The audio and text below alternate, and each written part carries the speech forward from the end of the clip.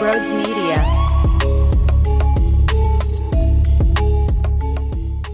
What is going on, everybody? Welcome on into Sports Talk with Bros. This is going to be an odd show because the main focus will be Trey Turner. How he can't make basic standard defensive plays bothers me so much, but I'm at the point where I'm on to the next stage, meaning I start out angry because we know what we think he is, and we see him play at the World Baseball Classic, and he is labeled one of the best players on planet Earth, smoking home runs basically every single game, and then he became a little leaguer. Over a 1 week span, it went from, wow, he's amazing, to, all right, he's a Philadelphia Philly, and he doesn't know how to play the sport anymore. So in the early stages, I'm aggravated, and I can't believe what I'm watching, and I'm really pissed off at him. Now I'm starting to feel bad. Now I'm actually a little bit concerned for his mental health throughout this journey and this spiral that he's in.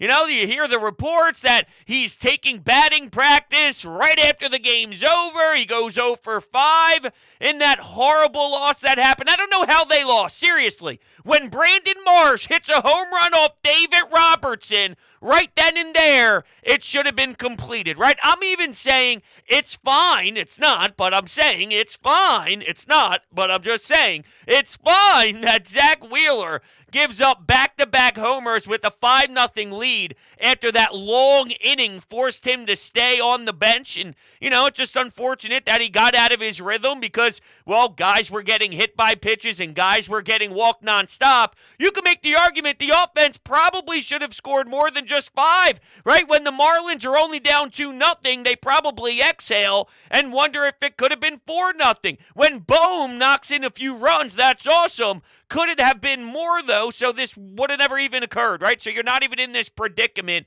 to blow a lead. I think it's fair, but ultimately Brandon Marsh hits a bomb and you should shut it down.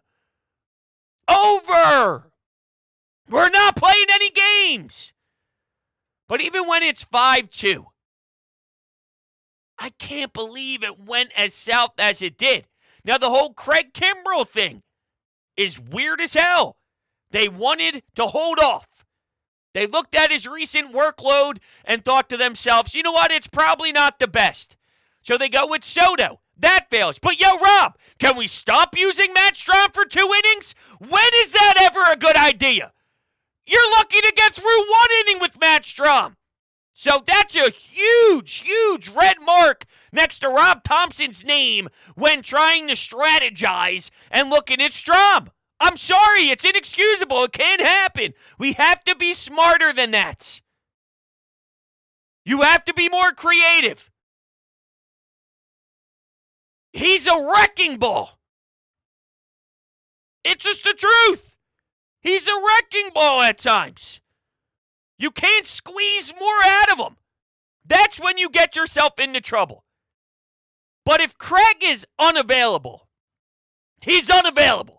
You can't do 1 foot in, 1 foot out. We don't want to use him. We're going to try to escape without it. And then when you're in a position to win the game, say, well, you know, maybe we should. No, it's either you put him down and it's not happening. I don't care if you beg me. I don't care if you scream in my face. I don't care what you want. I have to protect you, and you are not taking the ball today, no matter what the circumstances are. Now, I may disagree with why he can't go. I might look at the workload and say, Rob, you're overdoing it. You're thinking it's worse than what it really is. If he says he feels good, you better give him that chance. The guy has been electric for you. I may think that, but at the end of the day, if he's going to draw the line and say, screw you, this is what we're doing, then commit to it. I don't like the wishy-washy. I don't like, well, he can go if we need him. No, if that's the case, he should be there right from the rip, right from the jump, and who knows, maybe that's different. Now, I know it wasn't as pretty the second chance you got there with Craig Kimbrell, but I'm just talking about the mentality and the approach of the game. At the end of the day, they did win 3 of 4, and I thought it's awesome for them to do that, but there is a bit of stank on it. Because with where they are now, and because of how sloppy they started, to make up the difference. A 4-game sweep on the road goes a long way. It's that extra mile. It's how you make up ground. Taking 3 of 4, it's good that you won the series, but to get yourself out of where you put yourself, you need to do things that are exceptional. You have to do things that's the next step. And that would be 4-game sweeps, because it's very hard to do, and you were in a position to do it. So that's how I feel about the 3rd game in this series. Crazy. And Trey Turner, I don't really have much more words to say about it. I don't know if I'm past the stage of angry at this point. I think I am. I think I am.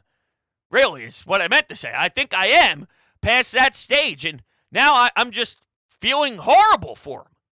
And I know that there's a lot of people on social media trying to rally behind him, get on his back, show that he has support. And when they get back to Philadelphia, they want to do something similar to what Alec Boehm received for the first time after the whole "I hate this place" thing and the whole viral video. I got no issue with it.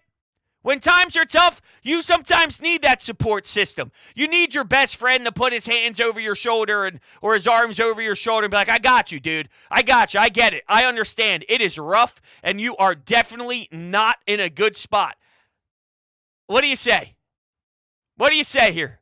Why not today? Let today be the day. We feel you. We know that you're better. Just go out there and do your thing. Now, I'm sure that's all been discussed a billion times already. I don't know what you do if you're Rob. Because if you wanted to try and get him out of this, and you said, the way I'm going to do it is by just letting him play every day. That's the only way. Let him play every day. It'll be at the bottom of the lineup, but I'm not sitting him. I'm not benching him. This is what you have to do. I would understand. I also get it if this Kansas City series rolls around. Don't even worry, man. I don't want you worrying. Take a few days off. Get away from baseball. It's your mental deep breath. Relax. That's all. Relax. I could see that working too. There's something with JT. When he gets some time off, there's an explosion afterwards. He had a couple of days off with this most recent injury. He goes opposite field to give you a 2-0 lead. How about Lorenzen? The guy was fantastic. 8 innings pitched. They let him go for the 8th? The changeup? Ew, outside part of the plate. Gross. The slider? Lorenzen was so phenomenal. It was beautiful, and it was so needed. Not only is it your first start with your new club, and I loved what I heard when he was in the dugout in the game when he got interviewed during the broadcast, during the Game 3 that we all want to forget, but we won't forget. When he had that interview, he just sounded like he gets it. He's not only saying the right thing, but it's just the way that he sounds when he's talking about it. There's legitimacy in the way that he goes about his business. And he was attacking the strike zone. He's not shying away from anything, just pounding everywhere within that zone. And it was just a go-getter mentality. It was so incredible to watch. So not only is it your first nod with your new team, but it's also a big spot to recover from such a terrible emotional loss. It's hard sometimes to get up the next day you go to the field, especially when it's a noon start. You're not over yet. You could say maybe it's easier for a 7 p.m. game because you have from 7 the night before. I guess really the game ends around 10. Let's say it's a 3-hour game. You're very, very, very down in the locker room. The quietness in the showers tells a big story. That was one of the worst times for me is when you're done. Let's say we played a weekend series. And we played a Saturday, Sunday. For me, it was hockey, of course. And after you lose Saturday, you lose 2. It's a weekend. And you get swept.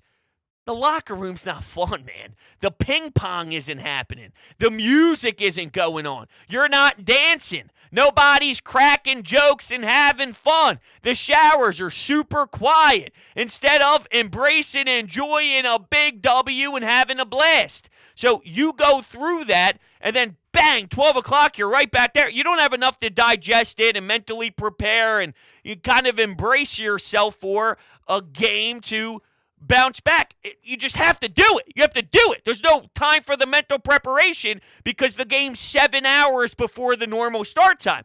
I think that could be adversity. I think that could be a tough spot and a hard thing to do. Because I know, and I'm just hockey, baseball, they're even more creatures of habit. I needed to go about my morning a certain way. I needed to have my coffee at a certain time. Pre-game skate, pre-game nap. If instead of a 7 p.m. game, sometimes we had a 3 p.m. game, everything's thrown off. Dynamic warm-ups at a different time, and this and that. Throws me out of my element. Does this apply to the Phillies? I have no idea. Does this make sense to any of you? Once again, I have no idea. I know this team won a big series, though. Bryson Stott, before Brandon Marsh gave you the 2 RBI single through the right side of the field. Lefty, lefty. Just want to make sure that's known. Lefty, lefty. Hey, Rob, you listening? Brandon Marsh went lefty, lefty to give you insurance runs, to help you win a ball game, to be a leader. He's been having the backs of some of his guys pretty recently. Trey Turner, shocker, goes down with some hideousness, and then here's Brandon Marsh. It's like hallelujah. All right, the wet-haired Jesus is here to save the day. Great. But Brandon Marsh, stop before that. Good, professional AB. What's the count? Oh, that's funny. Because watch. I'll work this strike zone. I'll get a walk. It's incredible how he's able to manage. It is. 9-pitch AB, 8-pitch AB, double-digit pitch AB. Bryson Stott, I'll tell you what. Seranthony Dominguez, I'll tell you what. Let's be honest. When one man got on, how did everyone feel? Uh-oh, here we go again? Or it's not time to get too scared. One more base runner, maybe. Not yet, though. The big story, clearly, though, is not Bryson Stott, sorry. I'm looking down and I see Bryson Stott on my page. Is Trey Turner. Sorry. Trey Turner. I don't know what you do. I did an in and out on my Twitter page. Make sure you go follow me on Twitter at Broads81. If you don't know the concept of in or out, it's either confirm or deny. I make a statement and you choose which one you want. So I say you'd give Trey Turner the Royal Series off to try and reset.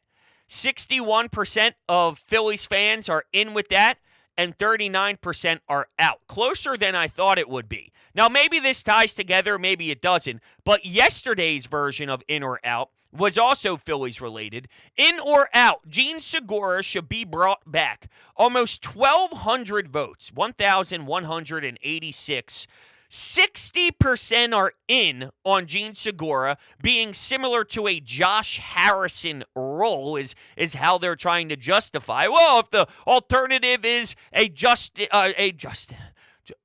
Anderson. I almost said Justin Anderson. Let me know how Justin Anderson, of all people, flowed through the noggin today. I would have never thought in a billion years that he would be a topic of discussion this afternoon. Josh Harrison. Gene Segura is an upgrade. We saw him last year. Blah, blah, blah, blah, blah. I don't want him. But if you're going to try and get Trey Turner off of his feet to reset, could that be an option? Blah, blah, blah. I see it all over the place. I'm not doing it, but 60% of Phillies fans are in, 40% are out. I guess just because of last year's run and the connection we got with Gene towards the end of his time here, I thought it would be 70-30 because we're a knee-jerk reaction fan base, especially on social media when we're in the now, when we're in the moment. Last year just happened. That run is very new to us still, and it's very raw, and we remember it like it's yesterday. We want it back badly. We need it back badly. This team has to give it to us. Please, please, and I hope JT goes on a huge, major heater. I need a tear from JT Realmuto. When he gets a couple days off, good things happen. Can he ride this, though? It's not out of the question. All right, let's go to the Anytime Hotline, and we will start off with the text board. This text comes in from Josh. Hey, bros, this was a must-win series for the Phils, and a great job overall. Weird loss last night, though, with the whole trying not to use Kimbrel thing, and then he ends up struggling anyway. Also, the game-tying ground ball from Bell that went right through Turner. What the heck was that? What are your thoughts on Turner batting eighth? Personally, I love Trey, but I'm fine with making him earn his spot in the lineup. He has been awful. Now, I lean towards just writing his name in the lineup card every day and getting himself at-bats to get himself out of this. That's just the best way I think he goes at this point. But if it's at the bottom and he's batting eighth, he's batting ninth, he's batting seventh, that's probably the way I would handle this because you can't give him more at-bats. He is hurting this baseball team. It is that bad where you are losing games because of how piss poor he's playing. So it is to that level. Does that deserve to be in the lineup every day? At some point, do you make a stand and you recognize we're losing because of you, dude? So you're tying my hands behind your back or behind my back. I don't know if Rob ever says anything like that because even what he did today, giving Lorenzen the ball for the eighth, that's what he believes in. And it's not even necessarily a bad thing to let your roster know that I'm going to give you a longer leash than maybe you even expect, or I'm going to let you ride things out. And from there, we'll see what the results are, and then we will address it accordingly if we have to make that leash shorter or if we're willing to let it go as long as humanly possible until you give us a reason not to. At Trey, right now, if I'm looking at him, don't you think we're at that time? Yeah, I do. But he's a big contract dude. And this is what you do. You let these big-time athletes go through these situations, and there's only one way for it to change. Truthfully, it's for Trey Turner to hit the switch. For Trey Turner to have one at-bat that then snowballs into a whole new world. And if it never happens, it never happens. But don't you think Trey deserves the chance to do it? I think so. What if that cost you games, though? And right now, you're in a wild card battle. You're competing with all these other teams for a postseason spot. So how do you balance Trey Turner, the star that he is, and he is a star in Major League Baseball, and that matters. We can't just pretend it doesn't matter because he's struggling. There's a difference if Edmundo Sosa can't buy a hit and if Bryce Harper can't buy a hit. There's a difference if Trey Turner sucks and if Adam Hazley sucks. One guy has way more respect and way more success. I don't think we even understand, and a lot of us do, but I'm just saying, because we're in the middle of it right now, we don't even understand how good Trey Turner really is because all we've seen is garbage. But Trey Turner is so elite. He's not just good. He's not just great. He is so elite. That didn't just go poof. That didn't evaporate. It's in there. How do we get it out if you're Rob? I think it starts with keeping him batting at the bottom of the lineup. So I don't care if he bats eighth. I'm cool with it, to answer Josh's question. It really comes down to how long does Rob give him that pass while he struggles if the team loses a game because of him. I think I can already see what his response would be if this was in a media setting. We won 3 or 4, didn't we? We won the series. Look at our record dating back to X, Y, and Z. Look at what we've done. Look at the ground we made up. We won 3 of 4. Let's not look at the one hiccup. You lose games in this league. How do you bounce back? We responded with a new guy who threw 8 innings. We saw Seranthony Dominguez close the game. And by the way, Brandon Marsh is phenomenal, and Bohm is racking up RBIs. We'll focus on that. That's not holding us back. That's what he would say, publicly. Is it different behind closed doors? Probably not. Remember the big airing out that happened? I don't really like using the term airing out because that's not what it was. But when Bohm said, yeah, we deserved it, he said it the other day, not too long ago. We deserved it. We deserved what Rob did. He didn't do much. He spoke to the team. Apparently the tone wasn't changed. It's just so rare for Rob to do that they acknowledge that he did it. But it wasn't with the aggression or the fire that you feel would be necessary when a team has poor base running again, drops fly balls, doesn't communicate. I love this team, though, when they do those things. When they do those things, it's great. Watching Rojas call off Marsh. I got it. Marsh peels off. They make a routine play out in left center. Or Brandon Marsh goes from left field, makes a play in foul territory. A little nerve-wracking. He fades back towards the third baseline. Because whether, I don't know if it was something to do. I guess it's, I was going to say win, but then I remember they were playing in Miami. Whatever. He made the catch. I like when they make the catches. Let's take a call here. Hey, Broads. I'm going to call this a good series win. Starting pitching was excellent. Lorenzen looked great, and the offense did what it needed to do. That being said, I can't help but think that it would be the best move to sit Trey Turner down for the rest of the season. This guy is just not going to help this team get to the playoffs right now, and every time you put him out there, you just destroy his confidence even more. He can't hit. He can't field. How's he going to show his pace at Citizens Bank Park tomorrow? It's been a rough season, and I think this season they just have to pull the plug.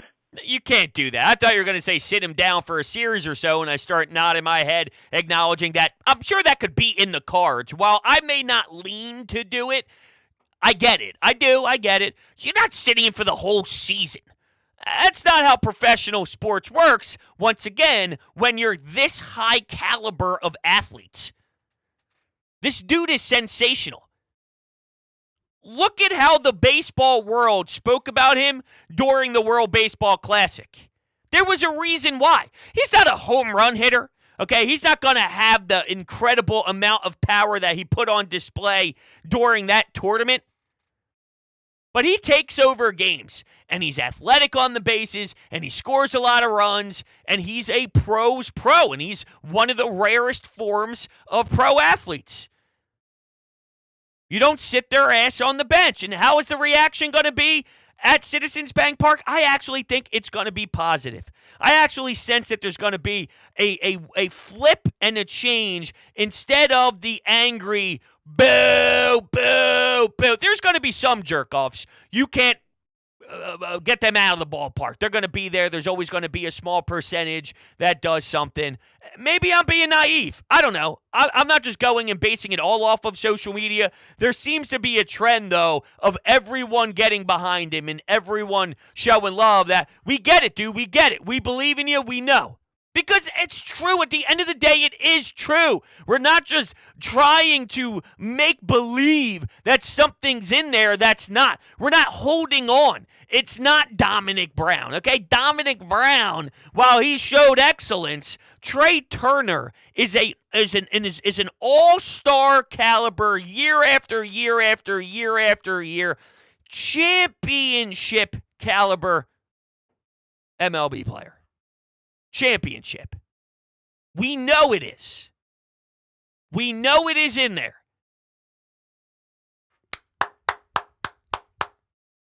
Ovation. Support. That's how I think he shows his face. And there's no alternative. How's he going to show his face? There's really only one way. You go in there and you face everybody, face to face. I've sucked to this point. I've been terrible. I'm going to do the only thing I know what to do, and that's play baseball every day. I may not have experienced anything like this in my career, but I've been through bad months. I've been through bad weeks. I played through bad series. I got out of that at some point. I remember JT bringing that up during one of his post-game interviews. What do you want me to do? I'm not playing well. I thought it was JT. Maybe it was someone else. Maybe it was Reese. Maybe it was Schwarber. I don't know. This isn't the first time I had cameras in my face and I had microphones in my face because I went over for too long. Because I would strike out with runners in scoring position. Because I'd have a big AB with bases loaded and then would ground out into a double play and we score 0 runs when we probably could have taken the lead. It's happened a million times because I played a million games in my life, and look at where I am. At some point, I overstepped those issues. At some point, I went right by it. And then I hit 4 home runs in 6 games. And then I knocked in 4 RBIs in a 2-game span, and we won 2 games because of how I performed. No, he didn't actually say that in that way that I just laid out. I'm just kind of saying like that was the general vibe of it all. It's the truth. The raw natural ability, it's in Trey Turner's body. And that's how I feel. What's next? Great win by the Phillies. Great bounce-back win by the Phillies. Lorenzen, solid debut. And while taking 3 of 4 from the Marlins is huge when it comes to the wild card race, I can't help have a sour taste in my mouth after last night. We should have won all 4 games. But going back to your in and out that you tweeted earlier, I think Trey should rest for the entire Royals series, and you should put someone else in at shortstop. Or that be calling up Scotty Jetpack, Lehigh Valley, maybe sliding at Sosa to shortstop for the series. I don't know, whatever. But clearly something has to be done in regards to Trey Turner. It does, I think, but I'd still play him. I know, it's crazy. It's funny. So the first 2 calls, right, we got Scott Kingery, and I know at the end he's just throwing things at the wall. If you were to sit him against the Royals, what I would do is just slot Sosa in. You keep Stott at short. You let Bohm do his thing or whatever, depending on if Bryce Harper's in the lineup or not. And you get the new kid some time. I don't care. Whatever you end up doing. We've gotten a Scott Kingery edition, and we've gotten we should sit him for the entire year. Those are our first 2 calls. This is going about as I expected. I don't know. I can't tell anybody how to feel at this rate. Not everyone's going to move at the speed I do. Emotionally, that is. I'm sure that there's still a ton of pitchfork anti-Trey Turner people. I don't want you to lose sight, though, of who he's been 98% of the time he's played baseball. This is a weird 2%. I don't believe it's a you can't handle Philadelphia thing. That doesn't look this way. We've seen that. He's played in LA for the Dodgers. Certain athletes, that doesn't apply to. Maybe I'm wrong on the gut feel. And I'll be honest, this is a gut feel. I think he could handle a pressured Philadelphia. When he was on the Dodgers, he went over midseason to make a push, and he did well. He did well for the Dodgers. So when he makes the move over to LA, he hit 338. 338 with 10 home runs after he got moved. It was 28 total home runs on that year, so almost 30. Last year, he hit just under 200. He hit 298. He had 708 plate appearances, 652 at-bats, 100 RBI. Playing for the Dodgers is no joke. Say what you want about LA, and well, they don't really have all pure fans there because people move all over the country to go to LA. When you play for the Lakers, when you play for the Dodgers, there is legitimacy to those fan bases. It's a big-time market, and what do Dodgers fans think they're going to do every year? Win the World Series. It's just like playing for the Pinstripes. It's just like the Yankees. He's done it everywhere. Washington isn't the most aggressive, but he knows how to win a championship. Bros, man, great series win. Should have been 4, but, I want to take my time to just talk about Trey Turner for a bit here. Look, I think I've been going with people online the last couple of days, and it seems like there's 2 different arguments for people that are like, bench him, he sucks, or don't bench him, he's sad. And look, the way I see it is benching does not always have to be a punishment. A guy makes a mistake, you bench him the next day to send a message, that's fine. But you can also take the time to give somebody a little bit of decompression, spend some time away. Look what it did for Nicky. He spent 1 day with his family, and he's already looking like he's hitting better. Give Trey some time. I want him gone for the Kansas City series. I don't even want him in the dugout. Tell him, Rob needs to go to him and say, look, man, take a couple days. Spend some time with your wife. Don't think about the game and just enjoy some time. And when you come back, it's the start of the new day. It's the start of the new season. Think about it as the first day of your new season. Don't worry about everything else. Don't worry about the chirping. If there's anything with Phillies fans, or Philadelphia fans in general, we can be mean. We can be tough at times. But when you show up and you improve, we will welcome you back with open arms. Just ask your buddy, Alec Bohm. I don't hate it. I don't. My only fear would be, and I don't lean this way, I lean the other way. Keep him at the bottom of the order and let him hack. Let him get in the box and work his way out of whatever you want to call this. That's what I prefer.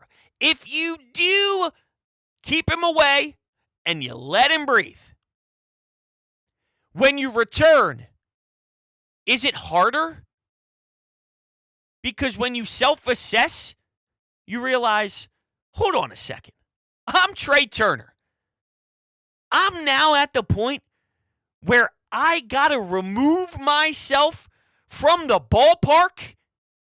You don't think the next time you're in the box, there's added pressure and there's more nerves and there's more holding the bat tightly because you recognize what you're even doing right now?